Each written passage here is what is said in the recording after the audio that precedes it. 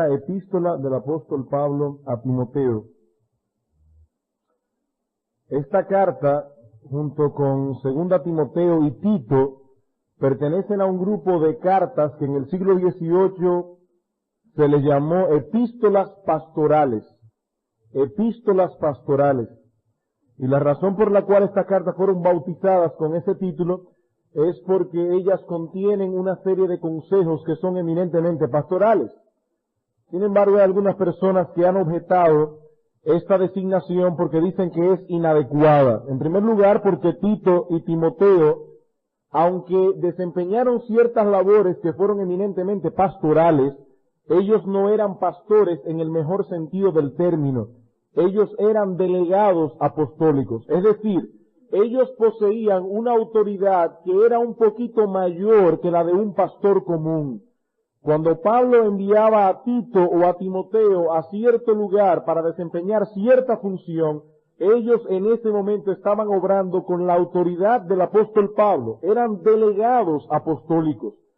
Y por eso algunos opinan que esas cartas no deberían llamarse epístolas pastorales. Y en segundo lugar, algunos también objetan esta designación porque dicen que algunos pueden pensar erróneamente que el contenido de esta carta está designado para pastores, pero no para hermanos comunes de la iglesia. Y hermanos, la razón por la cual nosotros vamos a iniciar en esta noche el estudio de esta carta que pertenece a las llamadas epístolas pastorales es porque entendemos que ellas son de un tremendo beneficio para la iglesia. Nosotros entendemos que estas cartas son útiles para todos los hermanos de la congregación, no solamente para los pastores o los líderes que componen la iglesia. ¿Y por qué nosotros creemos que estas cartas, y específicamente la primera epístola de Pablo a Timoteo, puede ser útil para toda la iglesia y no solamente para los líderes? Bueno, en primer lugar, porque esta carta está dentro de la Escritura. ¿Y qué dice segunda Timoteo capítulo 3 versículo 16 con respecto a toda la Escritura? Que toda la Escritura es inspirada por Dios y útil para enseñar, para redarguir, para corregir, para instruir en justicia, a fin de que el hombre de Dios sea perfecto, enteramente preparado para toda buena obra. Esta carta se encuentra dentro de toda Escritura que es inspirada por Dios y es útil. Esa es una de las ventajas que yo le veo a la predicación expositiva cuando se toma un libro de la Biblia y se predica versículo por versículo, porque eso hace que toda la iglesia sea expuesta a todo el consejo de Dios y no solo a una parte de este. No solamente al texto favorito del predicador o al texto favorito del pastor, sino que el pastor está obligado al predicar expositivamente a tratar todos los versículos que están allí. En segundo lugar, estas cartas también arrojan mucha luz con respecto a la administración de la iglesia. En 1 Timoteo capítulo 3, versículo 14, está el versículo clave de 1 Timoteo. Y allí nos dice el apóstol Pablo, o le dice específicamente a su joven discípulo, esto te escribo aunque tengo la esperanza de ir pronto a verte, para que, aquí está el propósito, para que si tardo sepas cómo debes conducirte en la casa de Dios, que es la iglesia del Dios viviente, columna y baluarte de la verdad. Hay ciertas interrogantes que pueden surgir en nuestra mente con respecto a la administración de la iglesia. Por ejemplo, a la hora de que la iglesia tenga que elegir nuevos pastores, ¿cuáles son las cualidades que la iglesia debe tomar en cuenta al elegir a un pastor? ¿O cuáles son las cualidades que la iglesia debe tomar en cuenta al elegir nuevos diáconos? ¿O cuál debe ser la participación de las hermanas dentro de la obra ministerial de la iglesia? ¿O cómo puede la iglesia involucrarse en ayudar a los hermanos necesitados? Ninguna otra carta del Nuevo Testamento responde estas preguntas como lo hacen las epístolas pastorales a la cual pertenece 1 Timoteo. Por eso es importante que toda la iglesia la estudie. En tercer lugar, hermanos, estas cartas nos ayudan a visualizar la importancia o el valor de la ortodoxia dentro de la vida piadosa de los miembros de la iglesia. ¿Cuál es el clamor general de muchas iglesias en el día de hoy? Vamos a olvidar lo que nos separa. Vamos a echar a un lado todas las doctrinas que nos dividen y vamos a unirnos en una super iglesia, en una sola religión. Pero hermanos, ese no es el espíritu del Nuevo Testamento. Nosotros encontramos en las epístolas pastorales un énfasis constante en la buena predicación, en la predicación de las doctrinas correctas de la palabra de Dios. Y no solo como un estímulo a nuestro intelecto. No es que vamos a hablar de buenas doctrinas porque eso alimenta nuestro intelecto y estimula nuestro pensar. La buena predicación es importante porque es necesaria para la vida piadosa. Sin ortodoxia no puede haber piedad, porque la piedad se basa en la verdad. Y es importante, por ende, que la iglesia comprenda que ese clamor de echar a un lado todas las doctrinas que nos separan es un clamor incorrecto, porque tendríamos que echar a un lado doctrinas que son escriturales, que están en la palabra de Dios y que nosotros no podemos negociar en pro de la unidad. Por eso es importante estudiar estas cartas. En cuarto lugar, estas cartas presentan ante nosotros un llamado a la piedad y a la consagración. Es necesario que los hermanos de la iglesia evalúen seriamente si ellos están todo lo dedicado a la obra del Señor que debieran estar. Inclusive, que algunos hermanos de la iglesia evalúen con objetividad si Dios los está llamando a la obra ministerial. Que algunos hermanos de la iglesia evalúen con objetividad si acaso Dios los está llamando a la obra ministerial. Nosotros tenemos la convicción de que los futuros pastores de nuestra iglesia están sentados aquí, quizás en esta misma noche, oyendo esta prédica. Y esos hermanos que son los futuros pastores de la iglesia deben evaluar con objetividad, a la luz de lo que veremos en estos estudios, si acaso Dios los está llamando. Hermanos, esta iglesia necesita con urgencia que esos hombres surjan en nuestra iglesia. De otro modo no podríamos de ninguna manera hacer la obra ministerial de la forma en que Dios nos los está demandando. Los 5 pastores de esta iglesia no pueden seguir desarrollando la obra ministerial en una forma adecuada a menos que en esta iglesia surjan nuevos líderes. Y yo creo que esta carta va a poner a muchos entre la espada y la pared en ese sentido. Y en quinto lugar, este estudio es importante. ¿Saben por qué?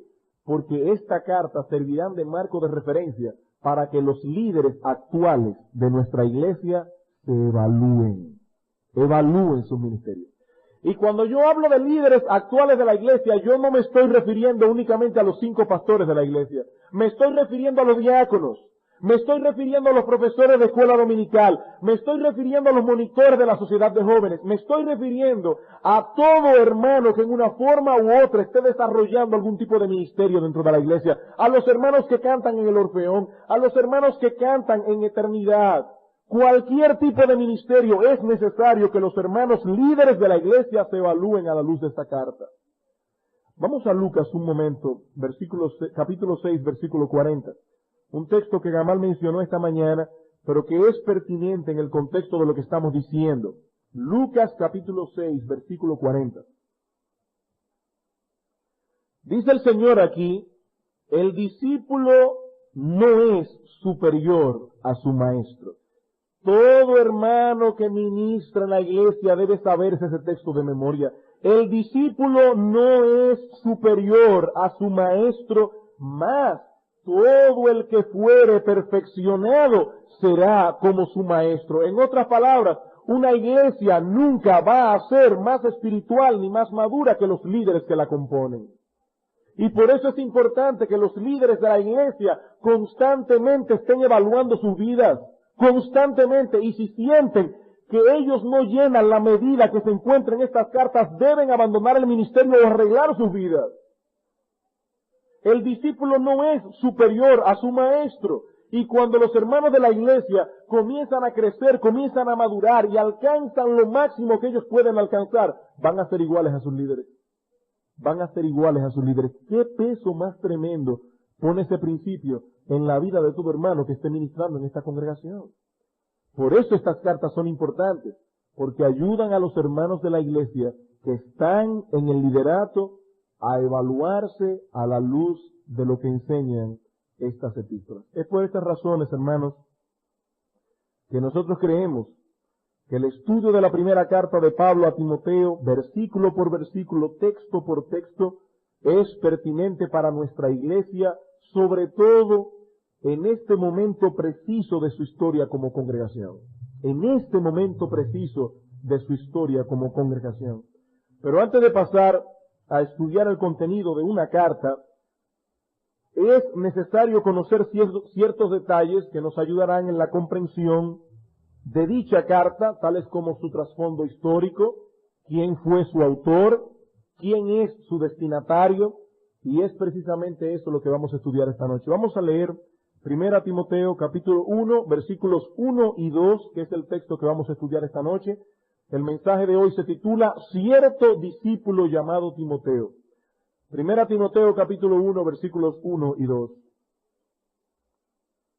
Pablo, apóstol de Jesucristo, por mandato de Dios nuestro Salvador, y del Señor Jesucristo nuestra esperanza, a Timoteo, verdadero hijo en la fe, gracia, misericordia y paz de Dios nuestro Padre y de Cristo Jesús nuestro Señor. Antes que nada, hermano, vamos a hurgar en algunos detalles que tienen que ver con el trasfondo histórico de la escritura de esta carta. En primer lugar, el trasfondo histórico de la escritura de esta carta. Yo no sé a cuántos de ustedes les ha sucedido que leyendo el libro de los Hechos, usted siente cuando llega a la conclusión como de que el libro no concluye. Usted está leyendo el libro de los Hechos, va siguiendo la historia de la vida del apóstol Pablo, sobre todo a partir del capítulo 9, y de repente llega al capítulo 28 y dejamos a Pablo preso en Roma. Y a algunos le hubiera gustado saber qué pasó con el apóstol Pablo después de ese primer encarcelamiento en Roma. ¿Qué sucedió con Pablo en ese momento? Sin embargo, Lucas no nos dice nada. Ahora bien, nosotros podemos reconstruir la historia posterior hasta cierto punto usando las epístolas que Pablo escribió durante y después de ese primer encarcelamiento. Digo que podemos reconstruir la historia hasta cierto punto porque definitivamente hay ciertos detalles que se nos van a escapar, pero en sentido general podemos decir que lo que sucedió fue más o menos lo siguiente. Pablo llega a Roma en el año 61, preso. Recuerden que el apóstol Pablo había orado al Señor que le concediera un viaje próspero a ir a Roma, y Dios en una forma soberana le respondió esta oración a Pablo, lo mandó preso a Roma. No era exactamente la forma en que Pablo había deseado ir, pero Dios muchas veces responde nuestras oraciones en la forma que nosotros menos nos esperamos.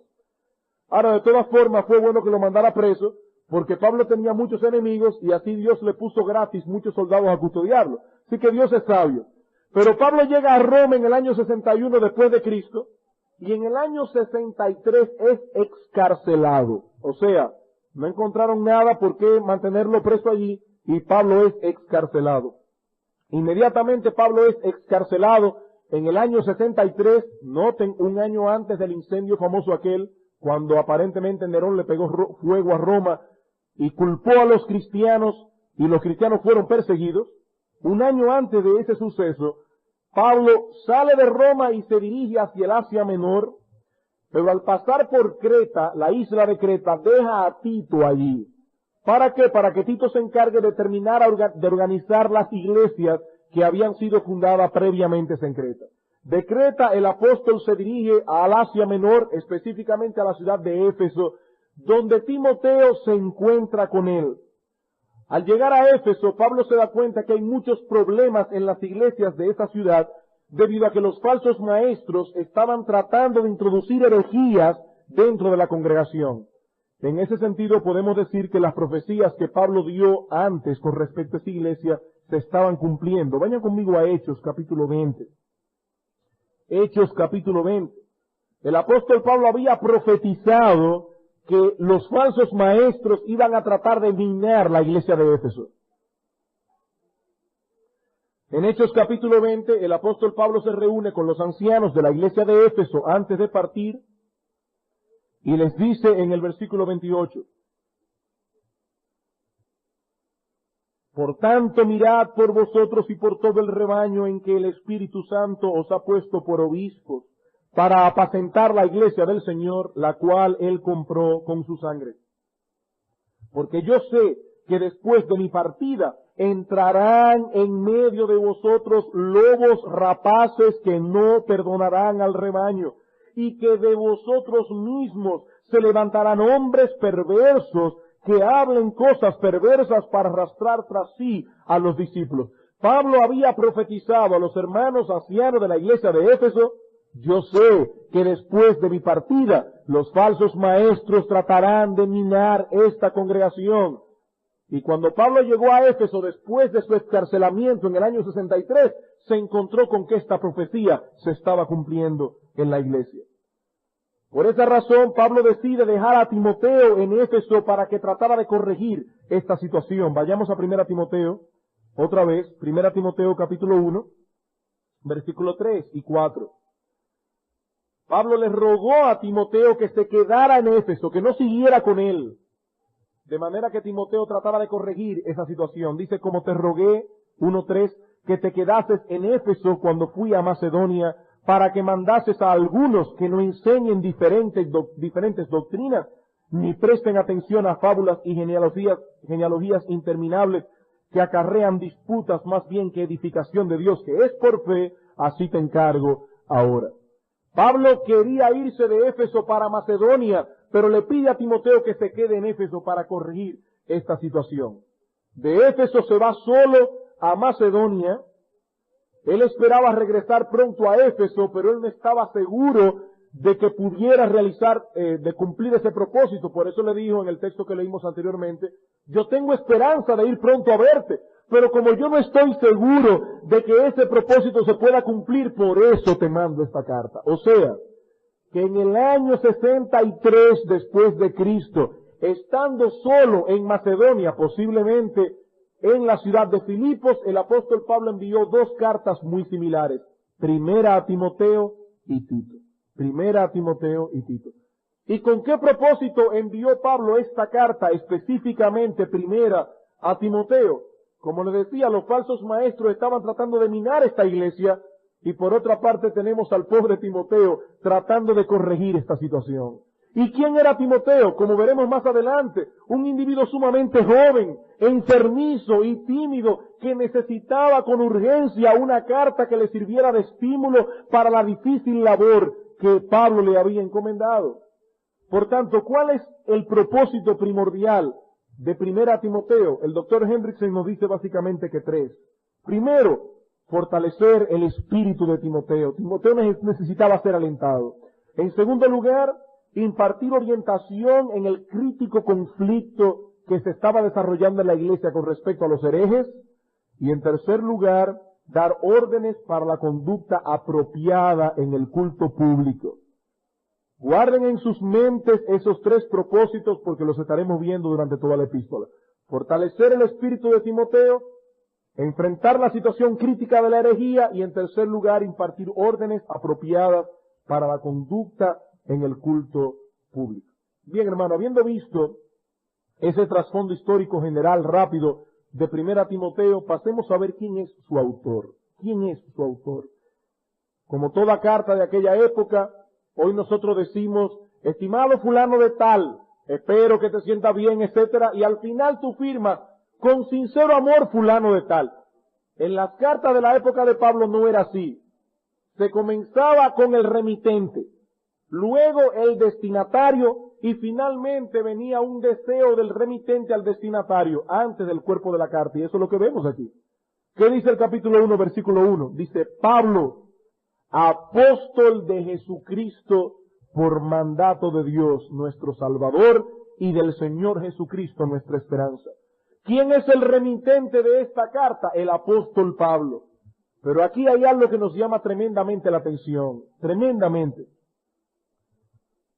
Es extraño que en una carta tan personal como esta, escrita por un individuo que no era amigo de títulos ni de pompas, a uno que era su más íntimo colaborador y amigo, Pablo comience con un título tan formal y tan oficial. Aquí dice: Pablo, apóstol de Jesucristo por mandato de Dios nuestro Salvador. Eso casi es como que yo me vaya fuera un tiempo, le escriba una carta a mi esposa donde diga, el pastor de Iglesia Bíblica del Señor Jesucristo, Sugel Michelén Estefan, la señora, gloria a Dios. Bueno, ella va a decirme que es algo raro. Una carta tan personal a alguien que está tan cerca del corazón de uno no esperaría un comienzo tan formal. De hecho, comparen, por ejemplo, cómo comienza la carta a Filemón, que era un amigo de Pablo, y se van a dar cuenta que Pablo no usó en su carta a Filemón estas formalidades. Y Timoteo estaba más cerca de Pablo que Filemón. Dice aquí Pablo, Filemón 1, Pablo prisionero de Jesucristo, y el hermano Timoteo al amado Filemón. Eso como que suena más íntimo, más cariñoso, menos formal. Nosotros creemos que si toda la escritura es inspirada por Dios, eso significa que cada letra, cada frase, cada oración de este libro está allí porque Dios quiso que estuviera allí. Así que yo no creo que fue una coincidencia ni algo casual que el apóstol Pablo comenzara esta carta en un tono tan formal. Hermanos, el apóstol Pablo está escribiendo aquí un documento que lleva todo el peso y el carácter oficial de su apostolado. Nosotros vamos a notar en todo momento un tono cariñoso al referirse a su amado hijo Timoteo, pero debido al propósito de esta epístola, esta tenía que ser escrita en ese tono autoritativo. La palabra apóstol significa literalmente uno que es enviado, un enviado.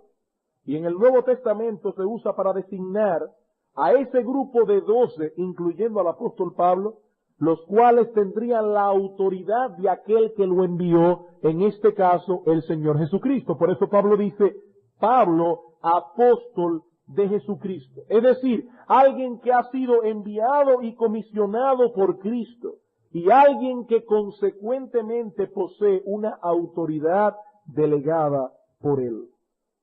Las palabras de Pablo escritas en este documento son las palabras de Cristo. Por tanto, cuando Timoteo leyera aquí que las mujeres no debían predicar en la congregación y que no debían ser pastoras, o cuando leyera aquí que el pastor debe ser irreprensible, marido de una sola mujer, sobrio, prudente, etcétera, Timoteo entendería que esa no era una idea que había surgido en la mente y el corazón de Pablo, sino que esa era la voluntad expresa del Señor Jesucristo. Él era un apóstol de Jesucristo. Y no solo eso, Pablo no se había autoimpuesto en ese ministerio apostólico. No fue que un buen día Pablo dijo, caramba, cualquiera, como que sería interesante ser apóstol, cualquiera se mete a eso. Como alguna gente piensa, te metiste a pastor. No, nadie se mete a pastor. Nadie se mete a ser apóstol. Dice Pablo aquí, apóstol de Jesucristo por mandato de Dios, nuestro Salvador, y del Señor Jesucristo, nuestra esperanza. Este es un principio que debe ser tomado en cuenta. Nadie, absolutamente nadie debe estar en el ministerio a menos que posea la seguridad de que Dios lo quiere allí. Por eso Spurgeon decía, si Dios te ha abierto la boca para predicar, el diablo no podrá cerrártela. Pero si fue el diablo que te la abrió, ojalá que Dios te la cierre. Nadie debe estar en el ministerio a menos que posea la convicción de que Dios lo ha llamado al ministerio. Es Dios quien envía hombres para esa labor. Y las iglesias deben tener cuidado, y cuando ustedes tengan que elegir nuevos líderes, deben tener cuidado de no permitir que una persona a quien Dios no ha llamado ocupe esta posición. Dice en Mateo capítulo 9, versículo 38, que en una ocasión el Señor Jesucristo estaba viendo el pueblo disperso como ovejas que no tienen pastor. ¿Y qué dijo el Señor? Rogad al Señor de la mies para que Él envíe obreros a su mies. ¿Por qué? Porque es Dios quien envía obreros a su mies. En Hechos capítulo 20, versículo 28, el texto que leímos, Pablo dice a los ancianos de Éfeso, mirad por vosotros mismos y por todo el rebaño en que el Espíritu Santo os ha puesto por obispos para apacentar la iglesia del Señor. El Espíritu Santo os ha colocado en esta posición. En Efesios 4:11 dice Pablo que el mismo Señor Jesucristo constituyó a unos apóstoles, a otros profetas, a otros evangelistas y a otros constituyó pastores maestros. Y en 2 Timoteo 2:4 dice Pablo, ninguno que milita se enreda en los negocios de la vida a fin de agradar a aquel que lo tomó por soldado. Es Cristo quien nos ha enrolado en este asunto.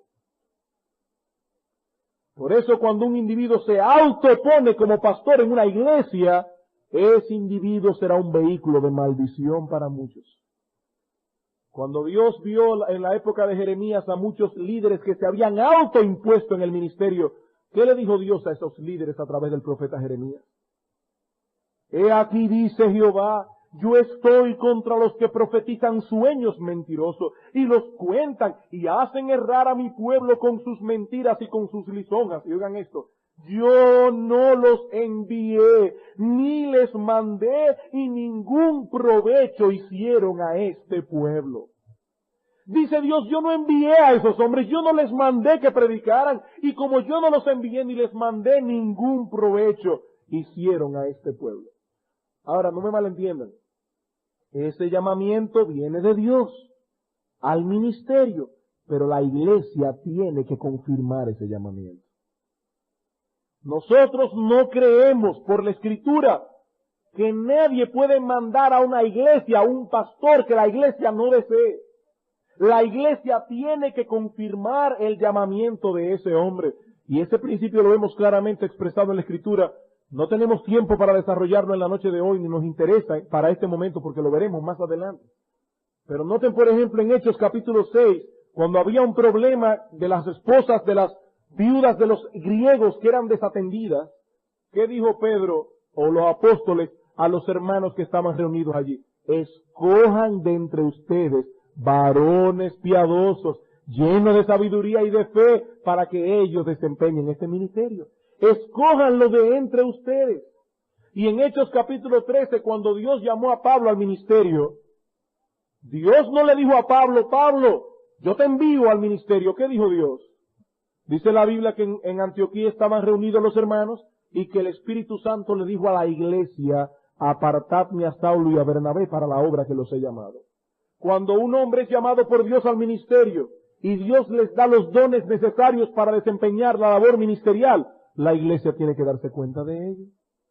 No puede ser que de repente un individuo que no hace nada en la iglesia, que nunca predica, que no sabe mucha Biblia y casi nunca viene a los cultos, de repente que Dios me llamó. Imposible. Los hermanos de la iglesia se dan cuenta que ese individuo tiene cualidades ministeriales. ¿Y qué es lo que hace la iglesia? Confirma el llamamiento de Dios. Por eso dice Charles Bridges en su libro El Ministerio o el Ministro Cristiano, hablando de ese llamamiento que le hace la iglesia a los pastores, es una comisión recibida de y reconocida por una iglesia, no ciertamente cualificando al ministro, sino más bien acreditando a aquel a quien Dios interna y apropiadamente ha cualificado. Hermanos, algunos miembros de nuestra iglesia se graduaron del Colegio Pastoral Spurgeon en abril de este año. Ustedes estuvieron aquí. El hecho de que ese grupo de hermanos se haya graduado en el Colegio Pastoral Spurgeon, eso no los hace pastores. Ellos estuvieron en un entrenamiento formal muy bueno. Ellos están ahora con todo un cúmulo de conocimientos en sus cabezas, pero hasta que esta iglesia no confirme que esos hermanos están listos para el ministerio y los líderes actuales de la iglesia no confirmen esa confirmación, esos hermanos no pueden ser pastores de la iglesia. Ningún seminario hace pastores, ningún colegio pastoral puede hacer eso. Solo Dios puede llamar al ministerio cuando la iglesia confirma ese llamamiento.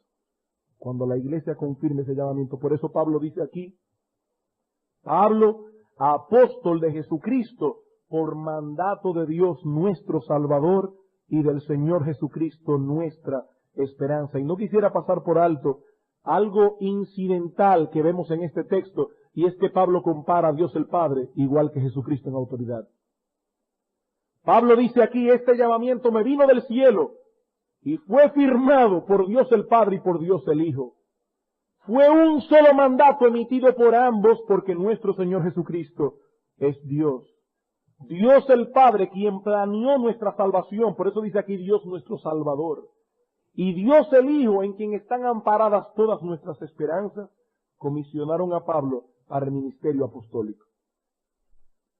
Ni Timoteo, ni la iglesia de Éfeso, y entre paréntesis, ni nosotros tampoco, podemos leer esta carta como un documento interesante, escrito por un individuo de mucha experiencia. No, estamos leyendo un documento que en todo el sentido de la palabra es la voluntad expresa de Dios. La voluntad expresa de Dios. ¿Y quién es el destinatario de esta carta? Versículo 2. Ya hemos visto el trasfondo histórico de la carta, el autor de la carta. Veamos ahora el destinatario de la carta. A Timoteo, verdadero hijo en la fe, gracia, misericordia y paz de Dios nuestro Padre y de Cristo Jesús nuestro Señor. ¿Quién es el destinatario de esta carta? Timoteo. ¿Y quién es Timoteo? El nombre de Timoteo aparece por primera vez en Hechos capítulo 16. Hechos capítulo 16. Versículos 1 al 3. Aquí se menciona cómo el apóstol Pablo llega a la ciudad de Derbe y Listra, y allí se encuentra con cierto discípulo llamado Timoteo. Texto que he tomado prestado para poner el título a este mensaje. Dice versículos 1 al 3, después llegó a Derbe y a Listra, y he aquí había allí cierto discípulo llamado Timoteo, hijo de una mujer judía creyente, pero de padre griego, y daban buen testimonio de él los hermanos que estaban en Listra y en Iconio. Quiso Pablo que éste fuese con él, y tomándole le circuncidó por causa de los judíos que había en aquellos lugares, porque todos sabían que su padre era griego. El apóstol Pablo había estado en Derbe y Listra unos 4 o 5 años antes, y aparentemente fue en esa ocasión cuando Timoteo conoció el Evangelio y se convirtió al Señor. Por eso se explica que Pablo constantemente le llama mi hijo en la fe, porque Pablo fue su padre espiritual. En 2 Timoteo 1:5, si quieren no lo busquen, vemos que la madre de Timoteo, que era judía y que no sabemos por qué razón se casó con un griego, pagano, que ninguna hermana ahora coge su excusa porque ella era inconversa cuando se casó con ese griego, pero no sabemos exactamente por qué cometió ese error esta mujer, Eunice, y su abuela Loida, se convirtieron y indudablemente Dios usó a estas mujeres para instruir a Timoteo en las Sagradas Escrituras desde que éste era un bebé. Dice 2 Timoteo 3:15, Pablo a Timoteo, desde la niñez ha sabido las Sagradas Escrituras. Y la palabra griega que usa Pablo, que Reina Valera tradujo niñez, es infancia, desde tu infancia.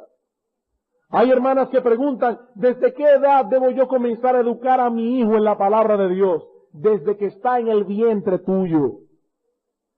Por eso Napoleón decía que una mujer debe prepararse para criar a su hijo 20 años antes de que nazca. 20 años antes de que nazca.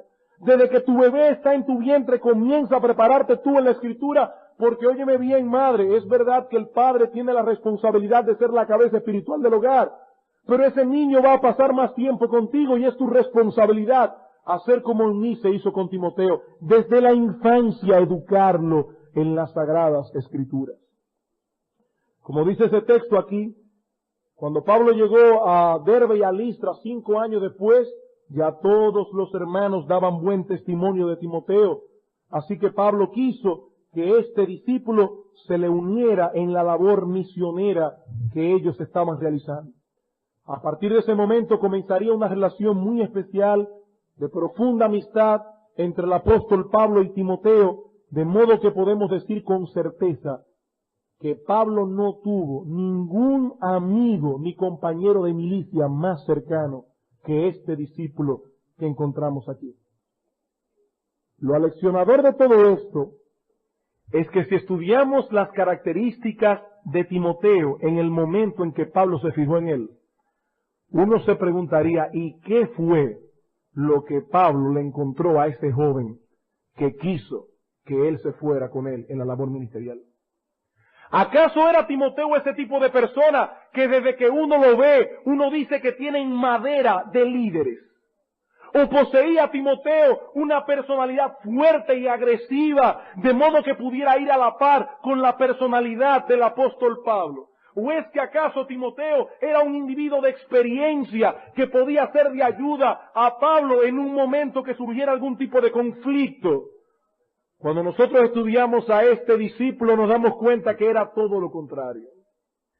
Timoteo era el individuo que quizás ninguno de nosotros hubiera elegido para acompañarlo en tareas tan peligrosas como las que Pablo quiso que él acompañara.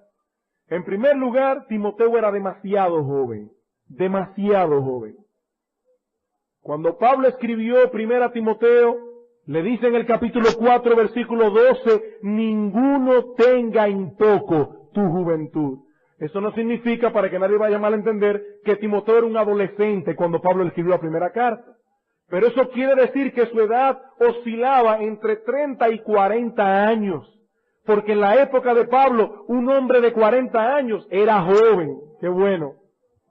Era joven, un individuo de 40 años.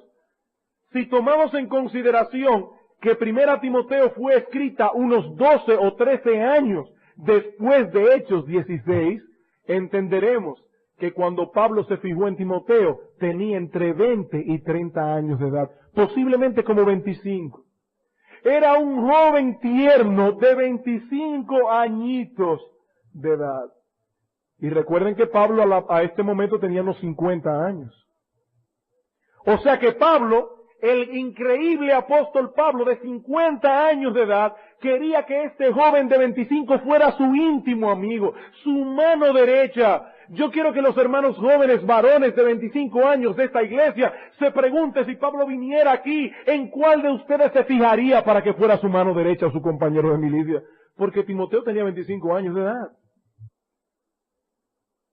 Bueno, que lo más seguro era un individuo decidido, agresivo y de una personalidad fuerte. No, Timoteo era un individuo callado, tímido, de carácter débil. Eso es lo que nos enseña la palabra de Dios. Constantemente el apóstol Pablo tiene que estar animando a Timoteo. Vayamos un momento a 2 Timoteo.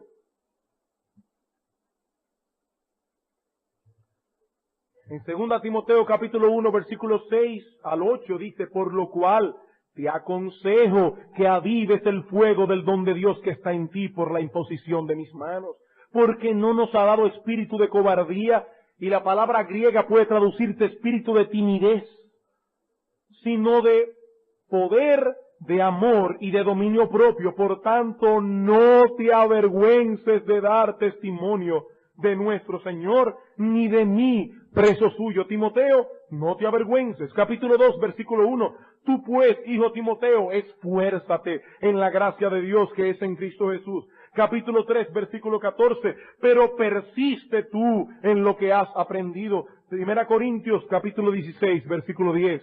Unas páginas atrás. 1 Corintios, capítulo 16, versículo 10. Pablo envió a Timoteo nada más y nada menos que a la iglesia de Corintios. La peor iglesia que el apóstol Pablo había fundado, la más problemática, pero era este tipo de cosas a las que Pablo enviaba a Timoteo, al pobre Timoteo. Y cuando Pablo envía a Timoteo, le dice a los hermanos de Corintios, y si llega Timoteo, mirad que esté con vosotros con tranquilidad, porque él hace la obra del Señor así como yo. Por tanto, que nadie le tenga en poco. No lo menosprecien. Timoteo, que nadie tenga en poco tu juventud. Timoteo necesitaba ánimo, esfuerzo, aliento, porque era un individuo de carácter tímido. Y por si todo esto fuera poco, era enfermizo. Enfermizo. Un individuo que era atacado por frecuentes enfermedades. En 1 Timoteo 5:23, Pablo tiene que decirle, Timoteo, ya no tomes tanta agua, sino que toma un poco de vino por causa de tu estómago y de tus frecuentes enfermedades. Ustedes saben que en esta época el agua estaba, bueno, para que ustedes se den una idea, más peor que el agua de aquí. Un agua malísima, llena de infecciones y de cosas, de virus. Entonces Timoteo era un individuo muy enfermizo, y por no serle tropiezo a nadie, Timoteo no quería beber vino. Y Pablo dice, Timoteo, es que tú tienes que beber vino, porque esa agua te va a hacer daño, tú eres un individuo enfermizo, por causa de tus frecuentes enfermedades. Increíble. Joven, tímido y enfermizo. Y uno se pregunta otra vez, ¿y qué fue lo que Pablo vio en este individuo? ¿Qué fue lo que Pablo vio en él que quiso que fuera su compañero de milicia? Hermanos, Pablo vio en él sus características espirituales. Sus características espirituales. Timoteo tenía 3 buenas razones para negarse a militar junto con Pablo. Era joven, tímido y enfermizo. Pero este joven, tímido y enfermizo, poseía tremendas cualidades espirituales que son precisamente las que Dios toma en cuenta a la hora de usar a un hombre. Hermanos, Dios no mira como mira el hombre. Ustedes recuerdan cuando Samuel fue enviado a ungir a uno de los hijos de David. Dice la Escritura que Samuel llegó a la casa de Elí y le dijo, Elí, Dios me ha enviado a ungir a uno de tus hijos para que sea el rey de Israel. Llámamelos a todos. Cuando vino el primero, un individuo alto, fuerte, buen mozo, rubio, dice Samuel, delante de Jehová estás ungido. ¿Y qué le dijo Dios? No mires ni unjas a este hombre porque yo lo desecho, porque Jehová no mira lo que mira el hombre, porque el hombre mira el exterior, pero Dios mira el corazón. Y hermanos, nosotros tenemos que aprender a mirar como mira Dios. A la hora de elegir a un líder, no podemos elegir al individuo de personalidad arrolladora, a la persona fuerte, buen mozo, un buen orador, al individuo que tiene excelentes cualidades humanas, sino que tenemos que elegirlo en base a sus cualidades espirituales. En base a sus cualidades espirituales, si no, ese individuo no sirve. No importa que sea inteligente, no importa que sea profesional, no importa que tenga una buena oratoria, no importa que tenga apariencia física, ese individuo no sirve, a menos que no posea las cualidades espirituales necesarias para desempeñar la obra de Dios. Eso fue lo que Pablo vio en Timoteo. Yo no quiero meterme en ese tema, pero cuando nosotros estudiemos con los jóvenes la teología de la soltería, vamos a hablar mucho de eso. ¿Cuántos criterios equivocados usamos nosotros a la hora de elegir a un compañero o a una compañera? ¿Cuántos criterios equivocados? Y después te pasan la vida entera lamentándose. La vida entera lamentándose. Dice la Biblia aquí que cuando Pablo encontró a Timoteo por primera vez en Derbe o en Listra, los hermanos daban buen testimonio de él. ¿Y cómo le llama Pablo a Timoteo en su primera carta? En el versículo 2 le llama verdadero hijo en la fe. A Timoteo, verdadero hijo en la fe. Y viniendo esto de la boca de Pablo, eso es un verdadero halago. En otro lugar, Pablo le llama a Timoteo, mi hijo amado y fiel en el Señor. ¡Qué piropo! Mi hijo amado y fiel en el Señor. ¿Y por qué Pablo le llama aquí a Timoteo que él era su verdadero hijo? Y esa palabra verdadero significa mi hijo legítimo en la fe. Bueno, en primer lugar, porque Timoteo era un verdadero creyente. Y como tal, Pablo era su padre espiritual. Timoteo había dado fruto de ser un creyente genuino en el Señor. Él no era como Demas. Él no era como estos falsos maestros que, como veremos el domingo próximo, habían sido pastores de la iglesia de Éfeso y eran falsos maestros. Pablo dice, no, tú eres un verdadero hijo en la fe. Tú eres un hijo legítimo. Tú tienes cualidades y frutos que me dan a entender a mí que tu conversión fue real, fue genuina. Pero no solamente eso. Pablo le llama a Timoteo su verdadero hijo en la fe, porque Timoteo era un hombre fiel. Ustedes han oído en la calle cuando dice, oye, ese individuo es hijo de su papá. ¿Ustedes han oído eso? De tal palo, tal astilla. Bueno, Timoteo era una buena astilla de ese palo. Eso es lo que estamos queriendo decir. Por eso Pablo dice, tú eres mi verdadero hijo en la fe, porque tú tienes las características que han marcado mi ministerio apostólico. Vayan conmigo un momento a Filipenses, capítulo 2.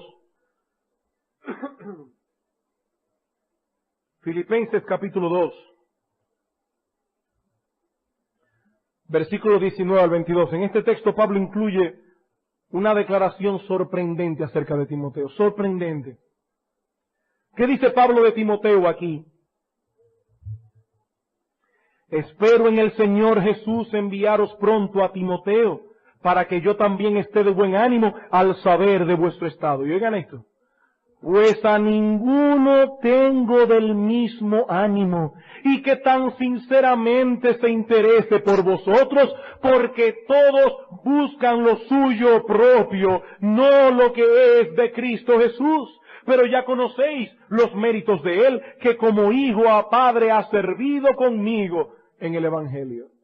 ¿Qué dice el apóstol Pablo acerca de Timoteo? A ninguno yo tengo como él. Él es joven, él es tímido, él es enfermizo, pero yo no tengo a ninguno dentro de mis compañeros de milicia que sea como él, porque todos buscan lo suyo propio, no lo que es de Cristo Jesús. Y esa era la cualidad que hacía a Timoteo un poderoso instrumento en las manos de Dios.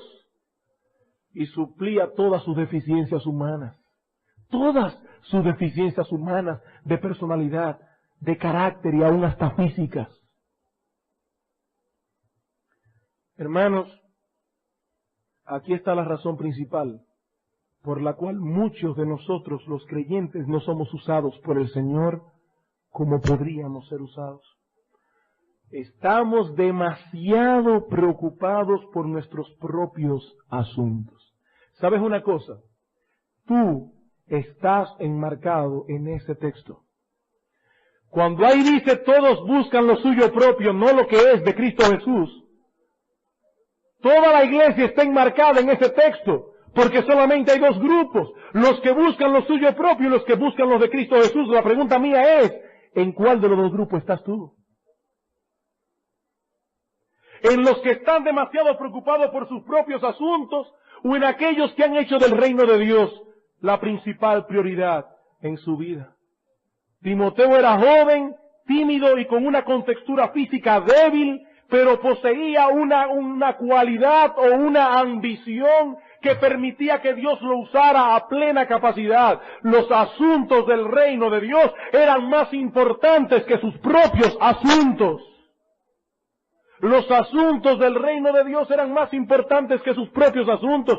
Y oigamos una cosa, hermanos, Dios espera que esta cualidad esté presente, no solo en los pastores, sino en toda persona que se llame cristiana. ¿Qué dice Mateo 6:33?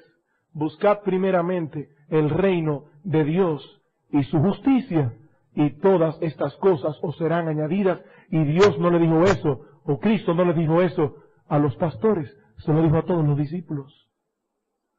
A todos los discípulos.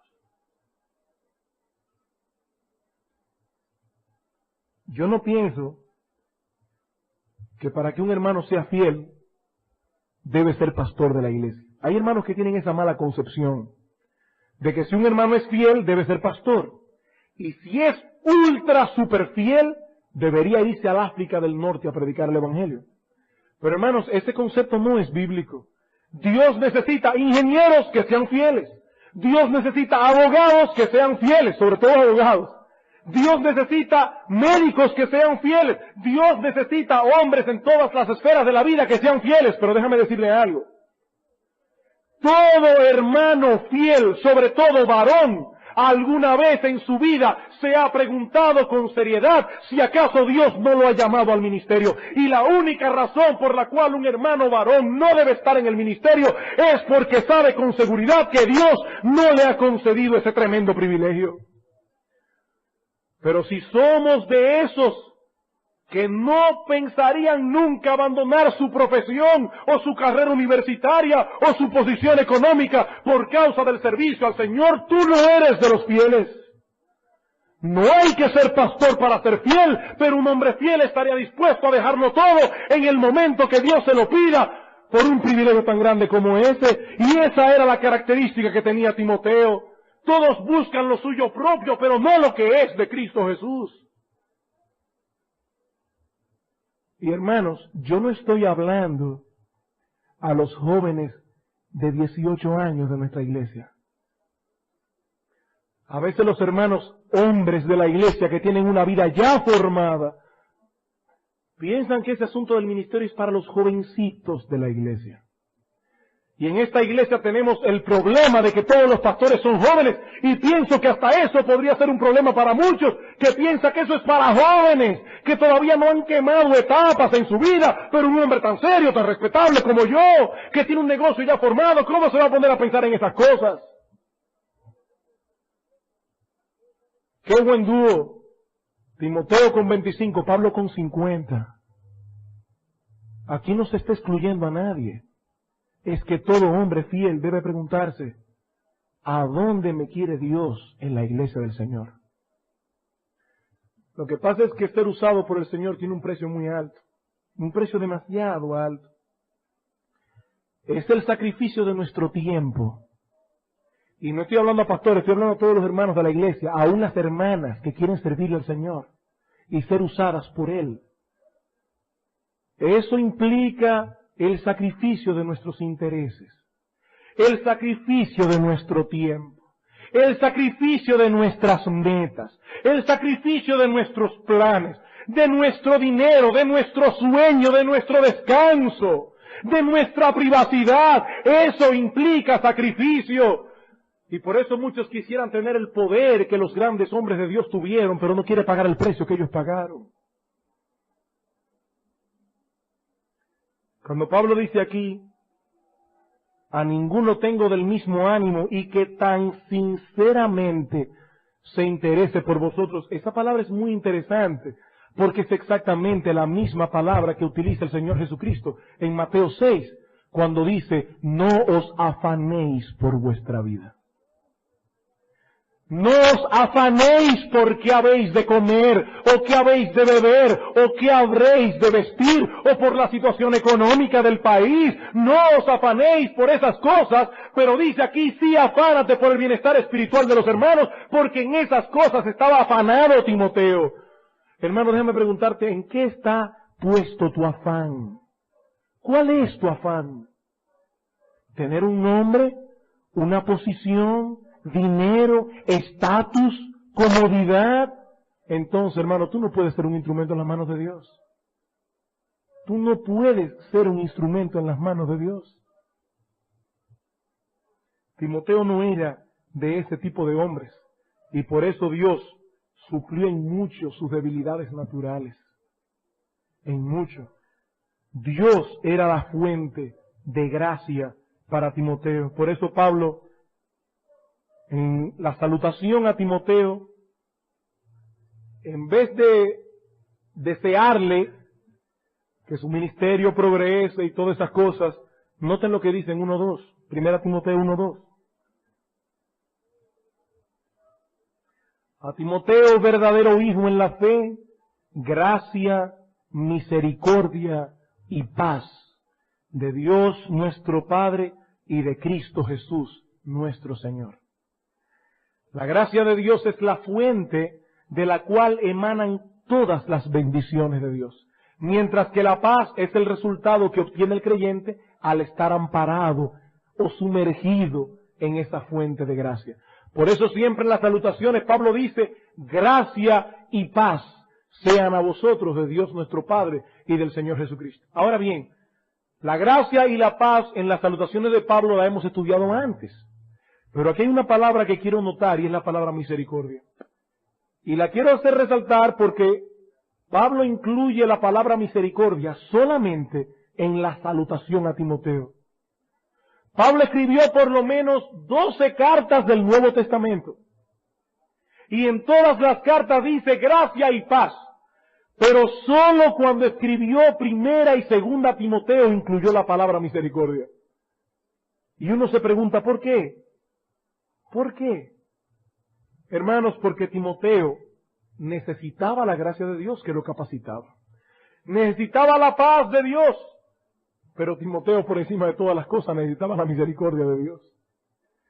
La gracia de Dios nos capacita para hacer la obra de Dios, pero su misericordia es la que nos sostiene en momentos de adversidad.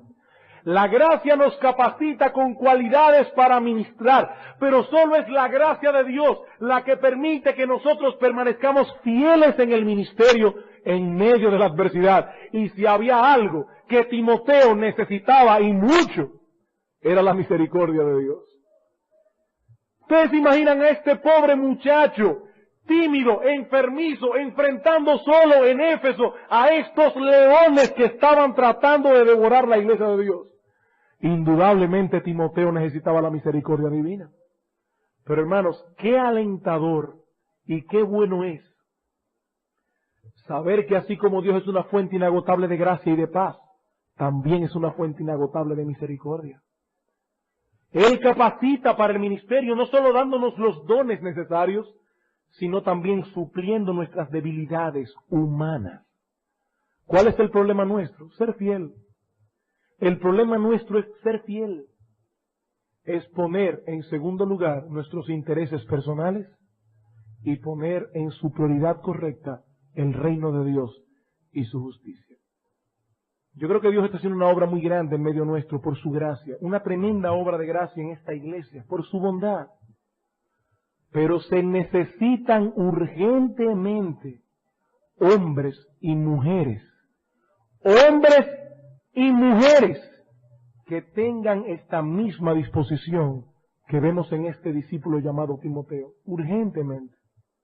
Y quiere el Señor usar estos estudios expositivos, primero para que los líderes actuales de nuestra iglesia evalúen sus ministerios a la luz de esta carta, y en segundo lugar, para que los miembros que componen este cuerpo local de creyentes también examinen su involucración actual en la obra de Dios.